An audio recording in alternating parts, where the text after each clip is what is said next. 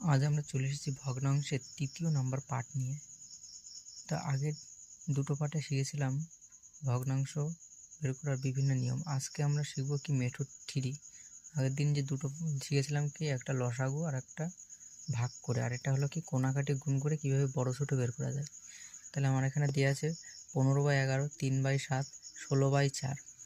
Method 3 কি কোণাকানি গুণ। তাহলে আমি বলেছি প্রথমে করবি বড়টা বের করি। তাহলে আমি প্রথমে কী করবো, দুটো করে নিতে হবে, ঠিক আছে। যে ভগ্নাংশ দেওয়া থাকবে দুটো করে নিতে, যত দেওয়া থাকুক। তাহলে প্রথমে দুটো নেবো, 15/11 আর 3/7 নিয়েছি। এবার এই 15-র সাথে 7 গুণ করেছি। তাহলে এই 7-এর সাথে 15 গুণ, মানে কি উপরে যেটা থাকবে সেই সোজা করে নামাতে হবে।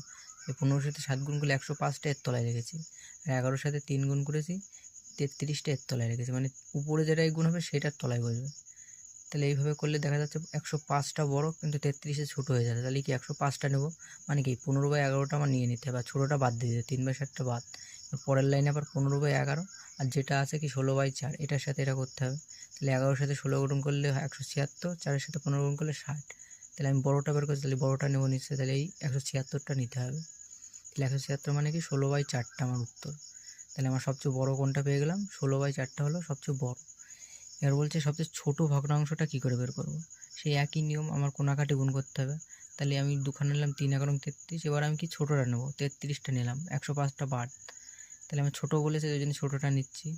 পরে আবার তাহলে 3/7টা নিলাম আর 16/4টা নিলাম। এই জায়গাতে দেখা যাচ্ছে 4-এর সাথে 3 গুণ করলে 12, 7-এর সাথে 16 গুণ করলে 112।